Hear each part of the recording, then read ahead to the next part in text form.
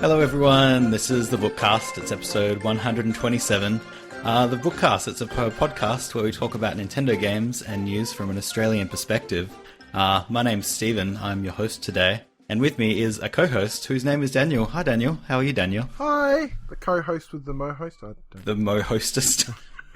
So how's things in your neck of the woods? They're okay. Raining. Do you live in the woods? No. Oh. It's Kelmscott, so for people who don't listen to this and are from another country, that'll mean nothing to them. It's a horrible place full of demons and angry people. No, that's Armidale. Anyway, yeah, this is the Vookcast. We talk about news and talk about games, and we've got some news today. Not as much as last time because we didn't leave a 5-month wait between it. So have like 2 directs happen right after each other. Yeah, pretty much. But yeah, so we'll start with probably, I don't know, the most controversial news of the week that sort of went all over the place. Firstly, we found on, when was it? March 23rd was a report. So when's that? Wednesday of last week. A report came through from the Japanese publication Nikkei, who implied that Nintendo were going to cease manufacturing of the Wii U by the end of this year.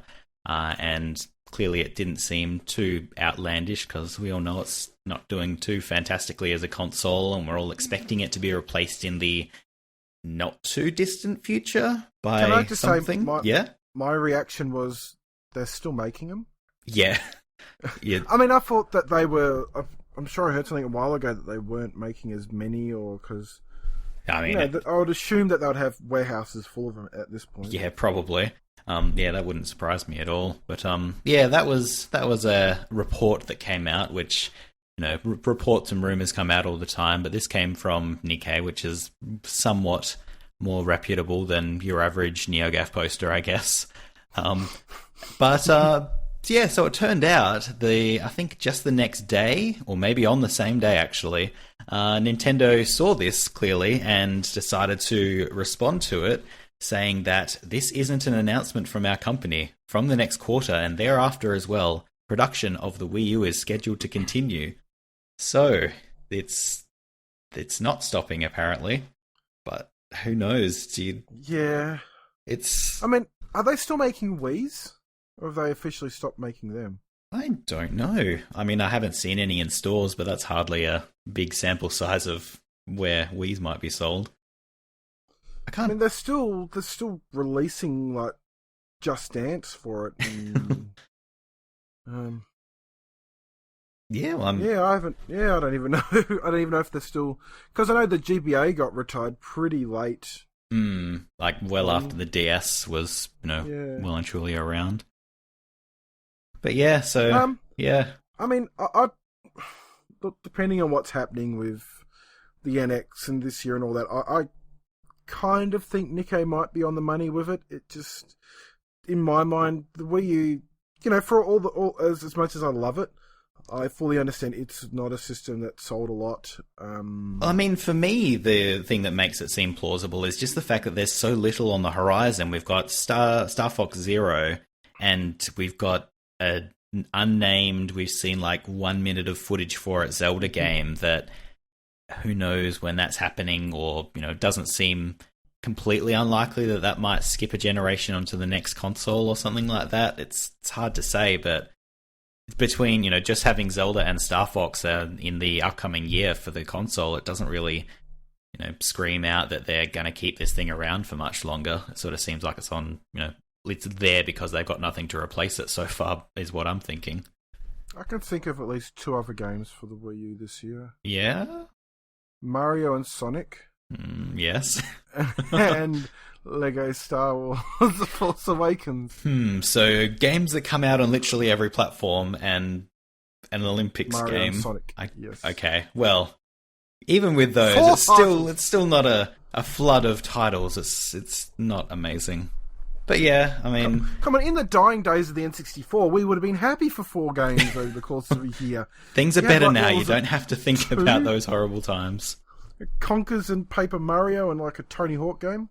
I mean, sort of one thing that I found interesting is an article that Vook put up a couple of days after this whole rumor and rebuttal of event, because there are a few people wondering why we took this as having a bit more credence than most rumors, because usually if there's any rumors that happen, they'll either not get posted about on Vookcast, or they'll get held off into the NX sort of weekly rumor roundup of just making fun of dumb rumors. But he put up an article about what the Nikkei have. Well, I'm not sure if it's the Nikkei or Nikkei. I'm just going to go with Nikkei. But yeah, they have done a lot of reporting to do with Nintendo over the last couple of years, and a lot of it's turned out to be correct. Like they, back when the GameCube was sort of in the same situation where the Wii U is now, and they said they're going to keep the GameCube going by adding extra peripherals and things like that. Nintendo replied to them saying, no, that's all speculation and not a direct response to the subject, or something to that effect. But then, later on in that year, they were bringing out microphones for Mario Party and Dance Dance Revolution pads and things like that. And there's just a whole bunch of different examples like that with the DSi, the DSi XL, a couple other things like that were reported on by Nikkei. They were staunchly denied by Nintendo, and then in some cases, like the next, within a week, they had announced the thing that Nikkei said would be announced. And yeah, it just makes you think that, I can see why Vook puts a lot more, faith in Nikkei as over most rumor sources. So what do you think, though? Do you think it's true or not? I wouldn't be surprised. I think it's probably, if they're still making them now, they're probably going to either slow down considerably or stop in the near future. Like, why? As I say, there's nothing else that we know of coming to it, so why would they keep making a system that's struggling to sell now, and they're not going to give people much more reason to buy it in the future either, really? Yeah. So yeah, that's that. Can I? If the Wii U is ending up this year, that's 4 years? Yeah, I think. That's not a horrible run. That's like GBA length run. Like, because that console wasn't around for a while. The original Xbox didn't even last that long, did it? Can't remember. The original Xbox did sell a lot more than the Wii U, but it did. Yeah. But yeah, it's not a terrible lifetime to say. We should have a Wii U obituary this time next year probably, but no, it's got smashed. That's all I needed, really. Yeah. Cool. Well, that's that. On to more news. Apparently Miitomo was doing really, really, really well in Japan. I don't know if we talked about it last month or last episode. But yeah, Miitomo has come out in Japan. That's Nintendo's first mobile game, social networking application. I'm not quite sure how to. It's a thing that is Mies, and you talk to it. It's topping the charts in Japan on social networking and the overall charts. And it's hard to describe exactly what Miitomo is. It sounds like a cross between Tomodachi Life and the Everyone Votes channel. Yeah, a little bit. From what I gather, you sort of create your me, and then you sort of ask questions of other people, and then their me's will reply back to you. And yeah, I think Everybody Votes and the Me channel seems like Tomodachi Life seems like a fairly accurate comparison.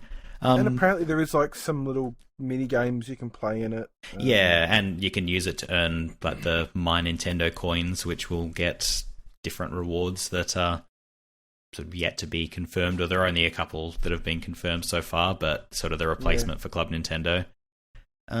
Probably if you want a good sort of idea of exactly what happens in the game, Vook has a fairly comprehensive quick look at Miitomo on the YouTube channel, or on the homepage. It'll be there as well. So yeah, it's worth having a look. It's all in English, but you can only get it in Japan. Apparently Nintendo Australia said that it would be coming here before the end of March, but I've also been reading earlier on today that all mention of it coming out in March has been removed from the official sites, so maybe it's not quite coming out in March. Who knows? We'll find out at the end of March, I guess. I think we're all interested in it just to see what it is and how it all goes. Yeah, I mean, it might be a flash in the pan and sort of appear and we'll all forget about it in a month's time, but I want to try it out. Hope not. I mean, I am interested in it. speaking of those coins, one of the rewards that's been you can get in Japan at the moment is DS games that you can play on your 3DS, which is interesting. Yes, the Nintendo account rewards or whatever it is launched. Yeah, so you can get platinum points with, I assume, I'm not sure if you buy them or if they're just earned in Miitomo so far, probably. But it's not Virtual Console. It doesn't run in it doesn't have save states or anything that you'd expect from a Virtual Console game. But you can buy WarioWare. Is it WarioWare Touched?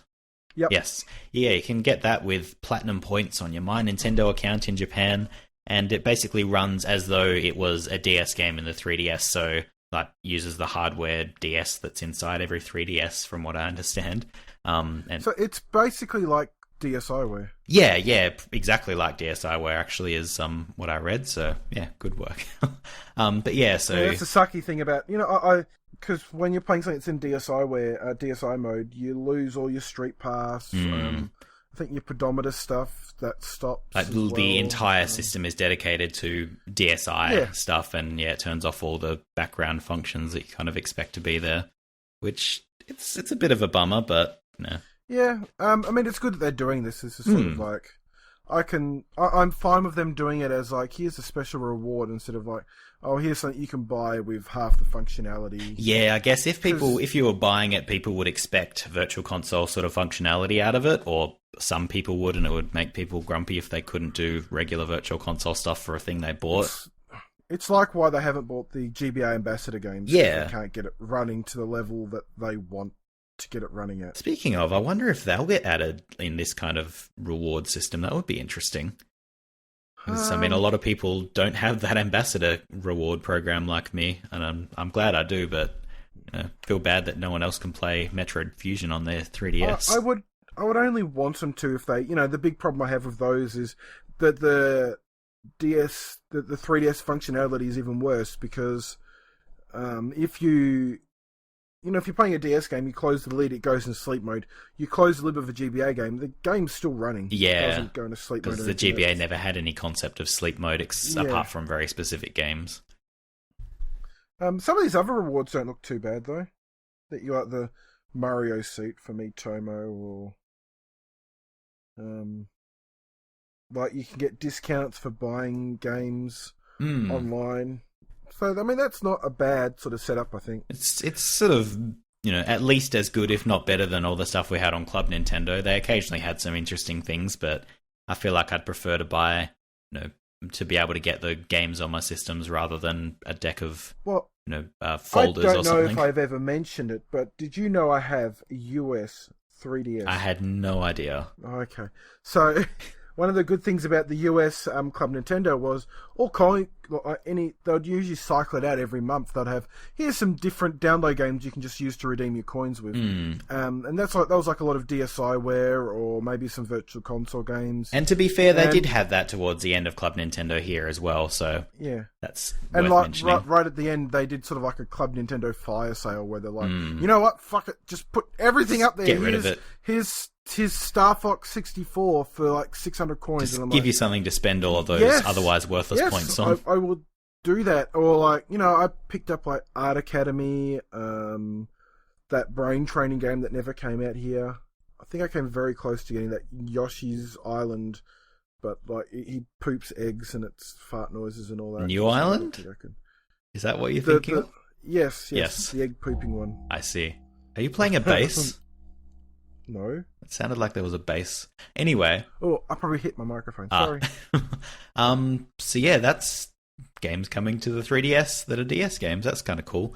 Let's see. What have we got next on the agenda? Because this is a meeting of the minds.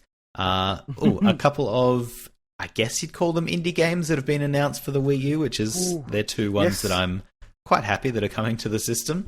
The first one is Axiom Verge, which, if anyone hasn't heard about it, it's sort of at the moment out on PS4, coming to Vita, and I think it's on PC, or I might be wrong. It might just be. Already on PS4 and Steam. There we go. But yeah, it's basically all developed by one guy, and it's a game very much in the style of Metroid, I guess. It's sort of the 16-bit 2D shooter / explore 'em up, as you might call it, if that's the way you talk. Yeah. But yeah, Metroidvania. Yeah, I try to avoid it, but I'm glad you went there. Oh, come on. It's the accepted term from now. The guy who made it may hate it, but exactly. That phrase is stuck with Jeremy Parish for life. And so, yeah. I'm really excited for this. I'm probably not going to end up getting it on the Wii U, though, because I like the idea of having it on the Vita. Yeah. I really enjoyed playing Guacamelee. I'm pretty sure I already have it on PS4 as well, so yeah, I'll probably won't buy it here. But cross-buy. Yeah, there are people who don't have a PS4, and that'll be wonderful for them. And I imagine it'll be quite nice to play on the gamepad. It'll be almost like playing the Vita in bed. You just have a slightly bigger screen. Yeah. So it's pretty much coming out to everything but like the 3DS, which I'd have to imagine is just a power problem. Yeah, I think it's... as much as it looks like a Super Nintendo game, I'm sure there's a heck of a lot more going on under the hood than it would have been for a Super Nintendo game. Yeah. I mean, it looks really good, though. Oh, yeah. I've heard nothing but good stuff about it. I am really keen to get my hands on it as soon as possible. Yeah, definitely. And as well as that, there was another game that we've seen a lot less of called Oddworld Soulstorm, which is apparently coming to the Wii U in 2017. By the same sort of developers that were behind Oddworld. Is it Oddworld New and Tasty? Can't remember. It's the same developers behind all the Oddworld games, isn't it? I think obviously their team probably would have changed a bit. It's overall it's Oddworld Inhabitants, but I think Just Add Water are the specific team that are doing the current games.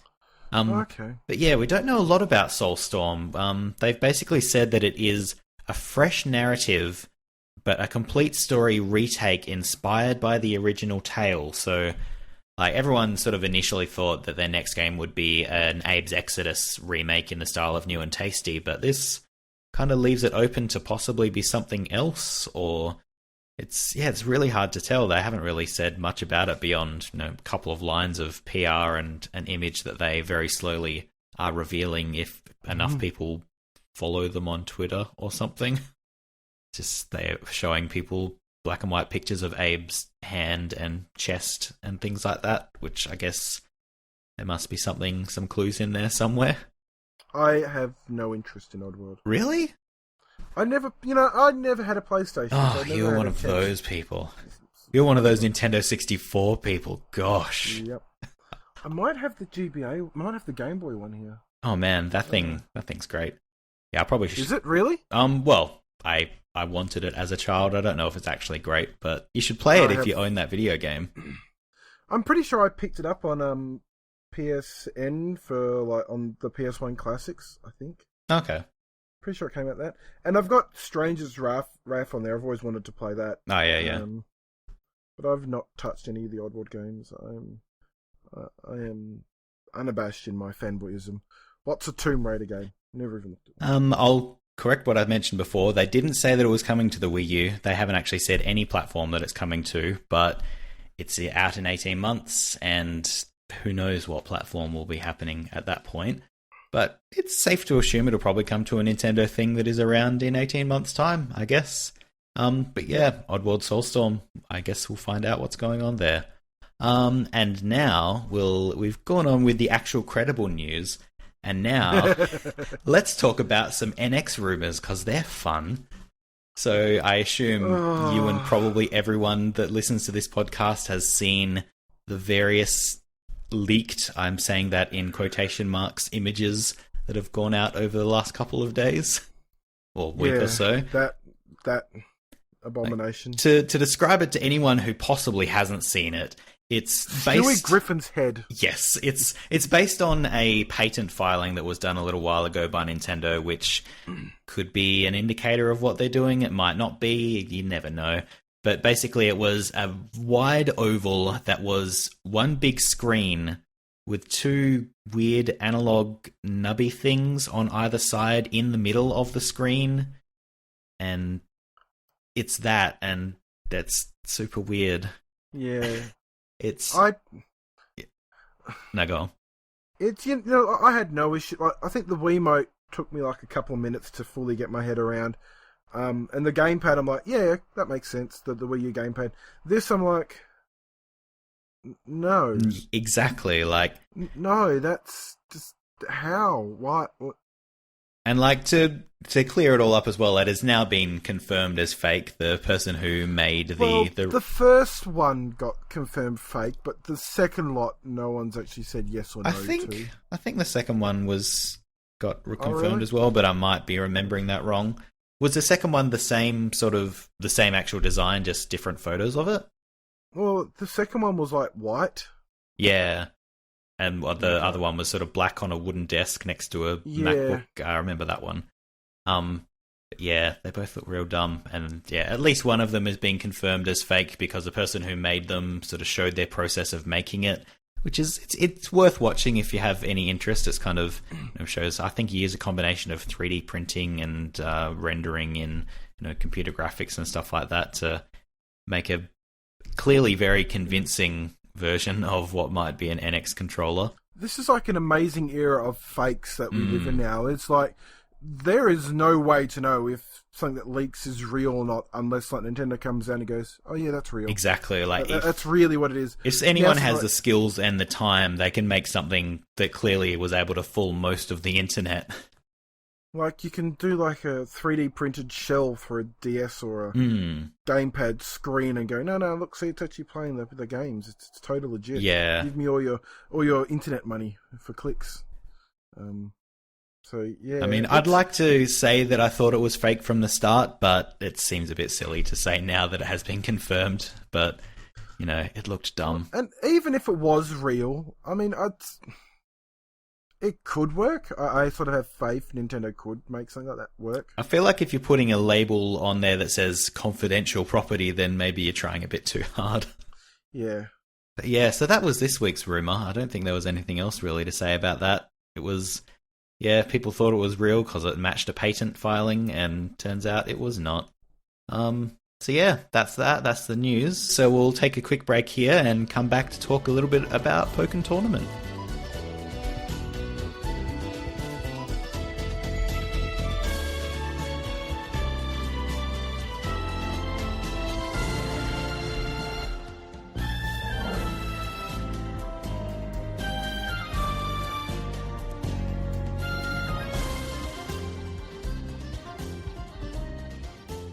And we're back.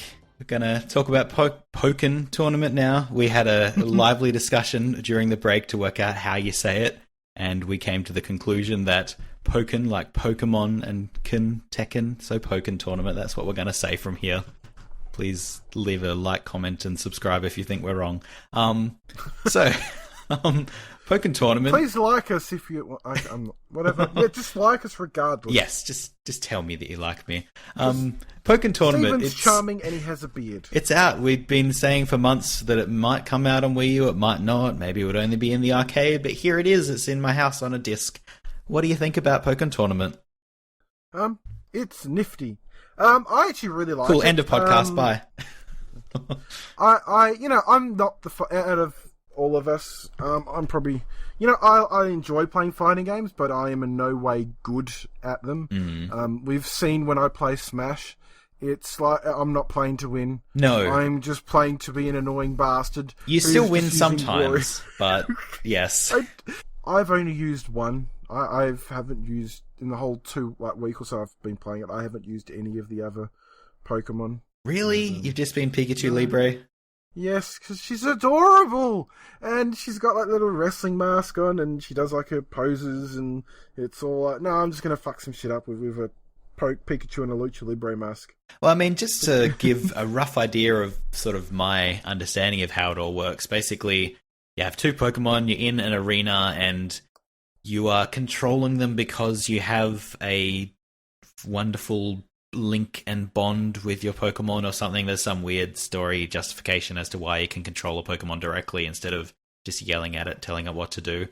But yeah, you sort of run around a 3D arena using ranged attacks or regular not ranged attacks, melee attacks, let's say that. Yes. And yeah, you can sort of, there's two phases which I found kind of interesting. You've got the regular where you can sort of run around freely in 3 dimensions. And then there'll be certain moves where if you hit an opponent with them, then it changes you into... Did it have a specific name, like the close-up phase? I am totally not looking at it online at the moment.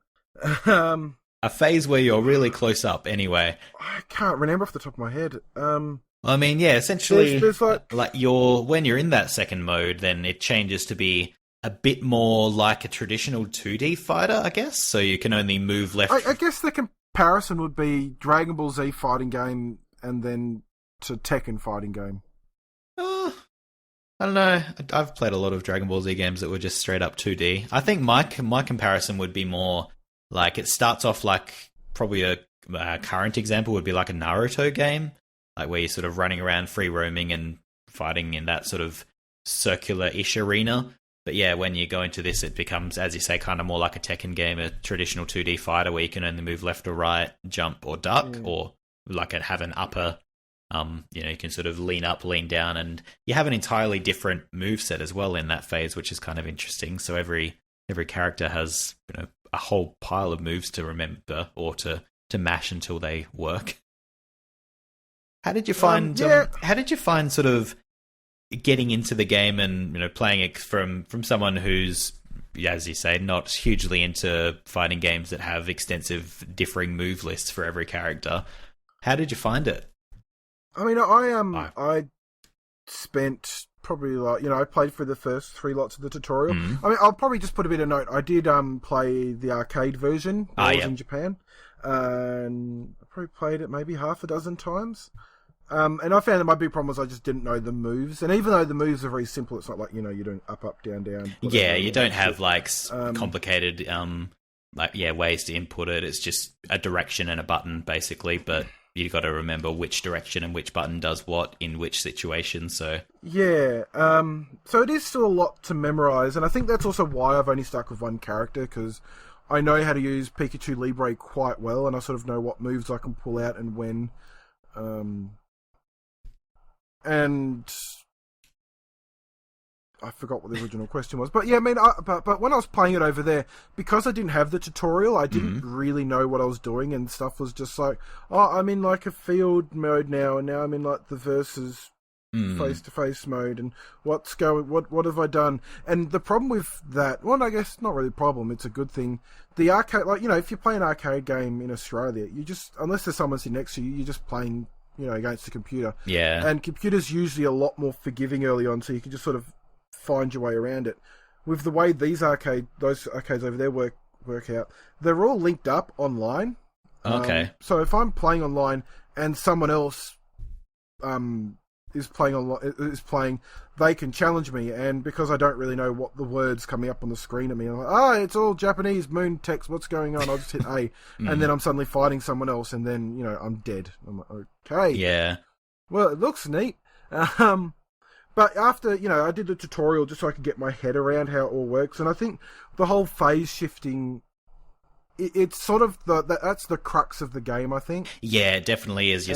You're trying to get people or get the opponent into that close-up phase and do a whole pile of damage, but making sure that you don't happen to use a move that pushes them back out of the close-up phase. You kind of want to prolong the close-up. Well, no, I don't know. My technique with Pika Libre was get him into the close-up mode, which I'm trying to find the name of still. And then the minute I've got him into that, I'll do this. She does proper wrestling moves, and she does the Stone Cold Stunner. And that'll be my, I'll try and get him into close-up mode from field, and then I'll hit that right away, because she does like this spin forward where she'll hit a few times and then drop him with the stunner. And I just find if I repeat that, I usually tend to do very well. Against the computer, at least, if I'm playing someone online, I need to sort of vary it up a bit. Yeah, once you're predictable, then it's a lot different against a person. Yes. Speaking of playing against a computer, though, I sort of found it's sort of split up into, it's got a whole bunch of different leagues, and you play through them and you work your way up to the ranks until you get to the highest, and then you are a Pokken master, I guess. Sorry for interrupting. Yeah. Field phase and duel phase. There we go. So field and duel. Yes. But yeah, no, I played a bit of the single player after going through most of the initial tutorials, and it was really, really boring.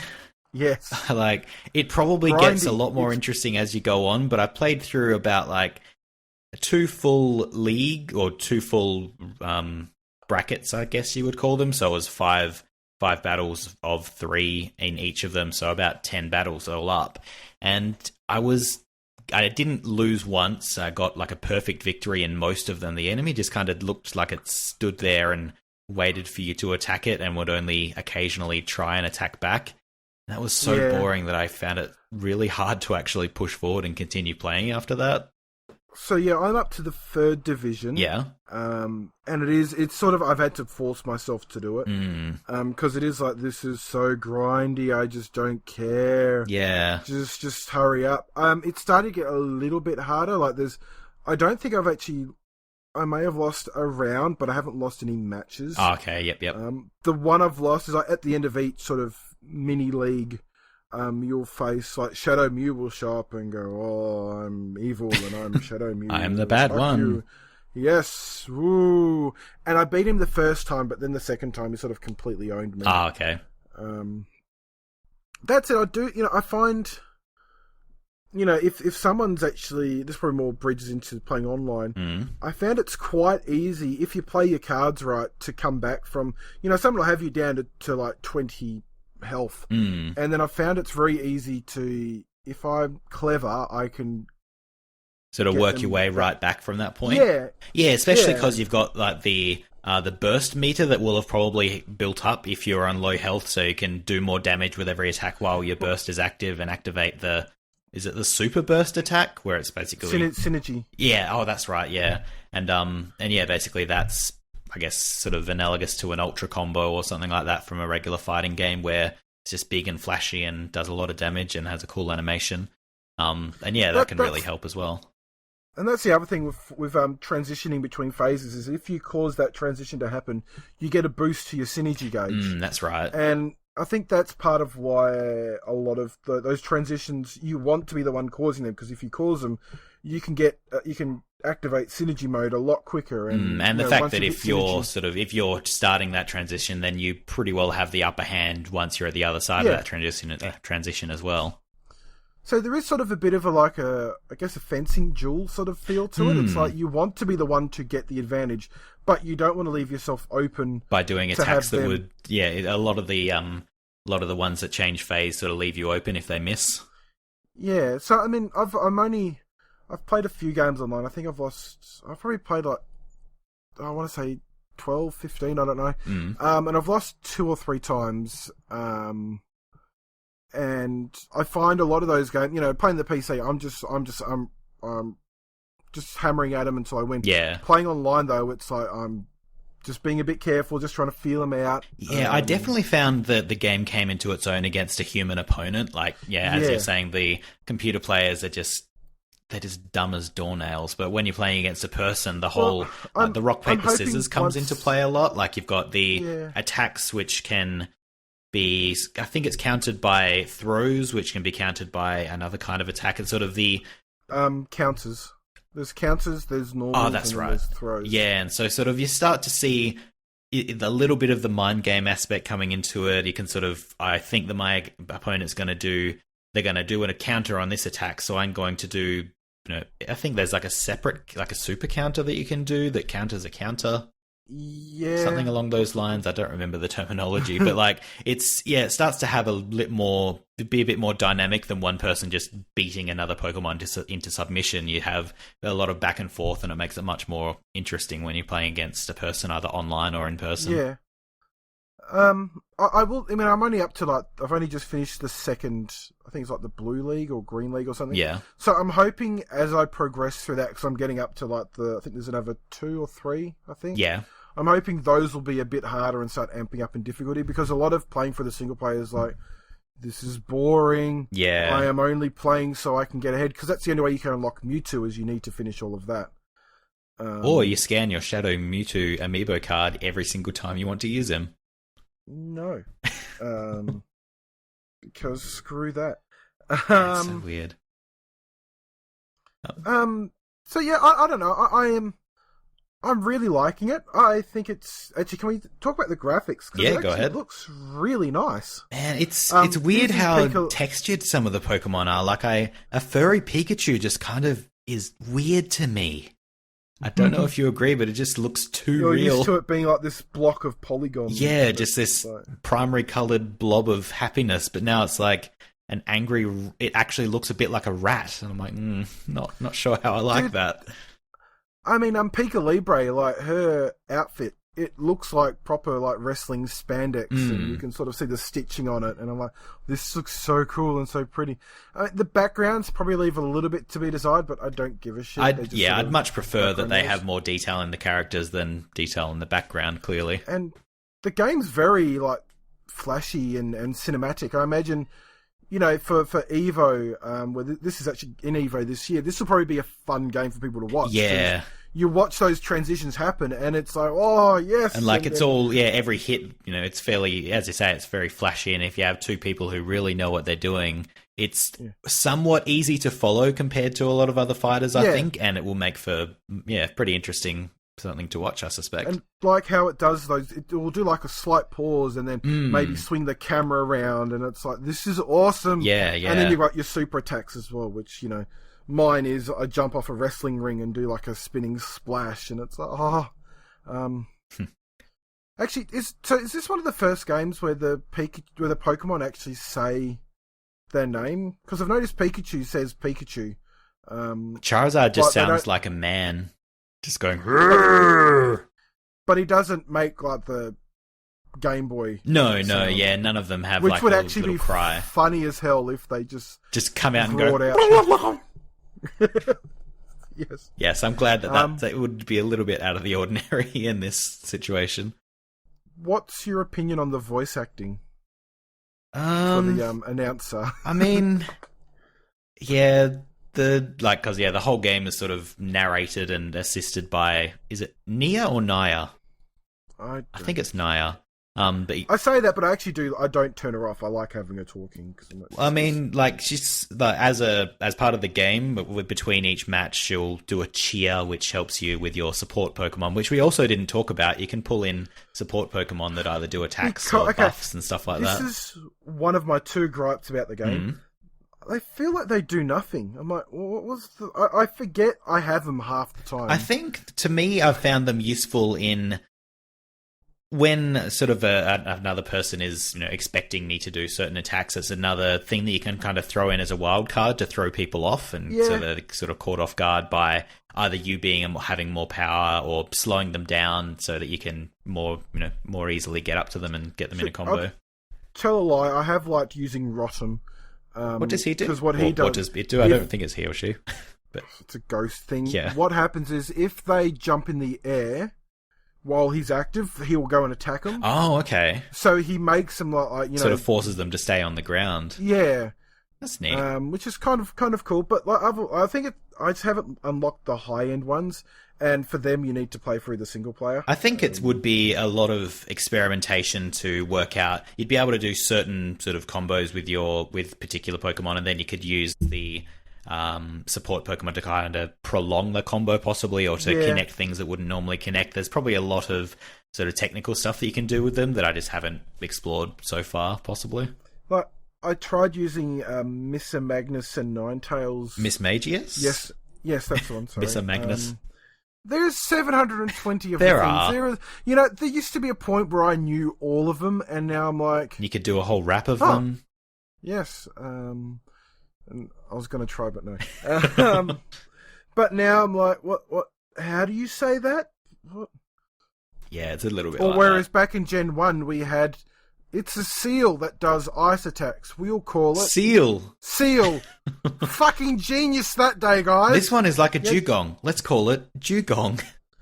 It's Charizard, Venusaur, bloody, Pikachu, which probably means something I don't know. Seal. Why? You're not trying.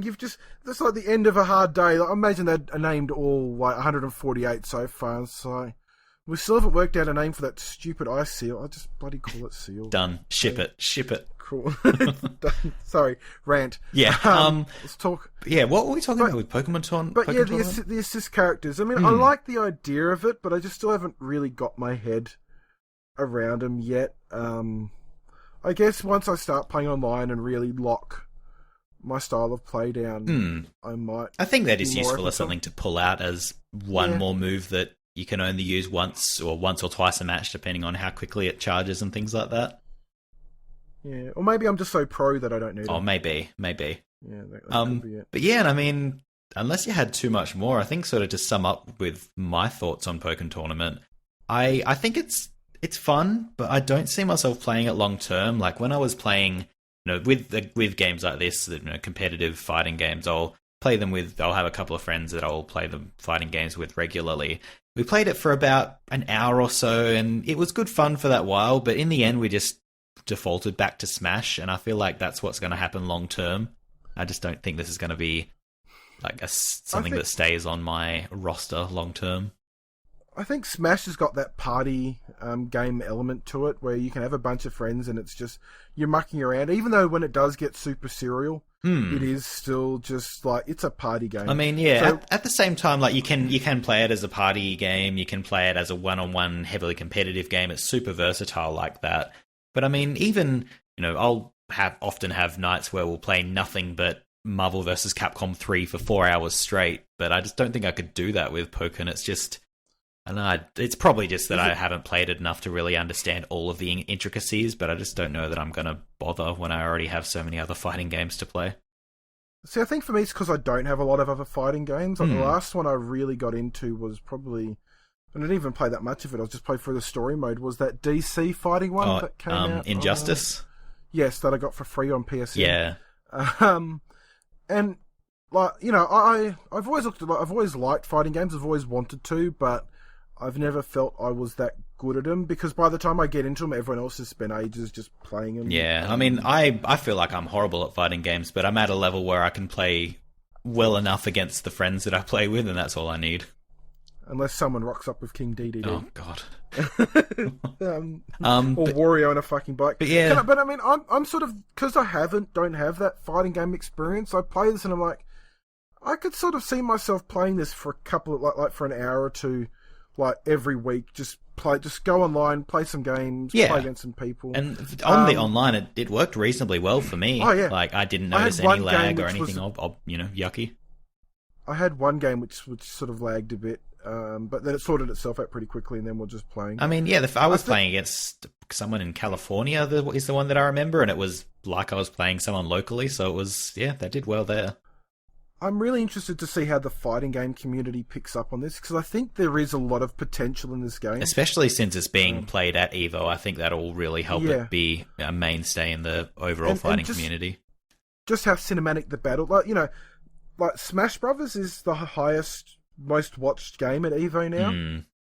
I don't think just because of how I don't think it'll ever get to the level of Smash Bros or Street Fighter 4, but it might be sort of on the level of, I guess, anime fighters. Maybe it's got a small niche crowd that are really into it. I don't think it'll ever like be the mainstream. Arena or like Guilty Gear, Blaze Blue, that sort of thing. I think it has potential to be mainstream just on the brand. Potentially, that's an idea.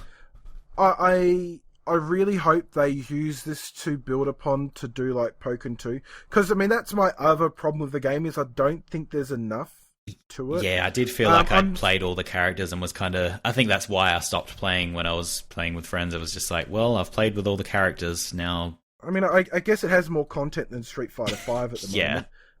But they've said, we will be fixing that up. There is more characters coming. There is single player and all this jazz coming. They haven't said anything about what's happening to this. And my big problem is, I kind of want... Like back when we first heard rumblings of a Pokemon fighting game, that really interested me because I'm like, if they have it as just purely fighting types, like that one episode of like season 1 of Pokemon where Ash gets the Primate. Oh, yeah. And he goes to the tournament of fighting type Pokemons. I'm like, that would be really cool. A game of just fighting type Pokemon, and you've got like Hitmontop and Hitmonlee and the hundreds others that aren't coming to my mind right now. Gosh, I thought you knew all the first gen Pokemon. Gosh. I'm not just thinking of. Is it Slowking, Slothking, or Slacking, something? Or Slacking, and then there's that sumo wrestler one from Gen 3. Yeah. I can't remember. It starts with an H. Because, I mean, to me, like, you know, there's probably 30 odd fighting type Pokemons that they could have just built a pretty good roster around. And I would have liked that. That said, what we've got, I'm still weirded out by the fact we've got Chandelure. I do. I really like Gengar. Gengar has some really cool abilities and stuff that keep the fight quite fun. So yeah, I mean, I have hopes that, you know, maybe the next one will come out and it'll have like maybe twice the roster, and you've got like Breloom or Heracross or you know, Chestnut or something, or maybe some of the new fighting types from Sun and Moon. Yeah, it will be interesting to see if this is a one-off or if it ends up being a ongoing series. Actually, have you looked much into like the avatar customization stuff? I saw a lot of custom avatars online, so clearly there's a lot to be done there. Yeah. I am disappointed that there's no option to choose, because you can also choose like a bunch of like little pre-match slogan saying you'll have. Yeah, that's like most fighting games. I was disappointed I couldn't find one that said, "I like shorts, they are comfy." But man, missed opportunity. Well, on that, any final thoughts? I think it's a good game. It's not great, but you know, the Wii U's not exactly overrunning with great fighting games. I think it's what's this, Smash Brothers, there's a Tekken game, and DC Injustice game. Yeah, I mean, like most fighting games, if you sit with it and sort of commit to it as the fighting game that you're going to play, and you have enough people around you that are going to play it with you, then it could be, you know, could be your game. It could be the game that you play every single time you see the friends. But you know, and it would be perfectly fine for that. It's just not that for me. Cool. So that's that for this fortnight. We'll come back in a moment to finish everything off.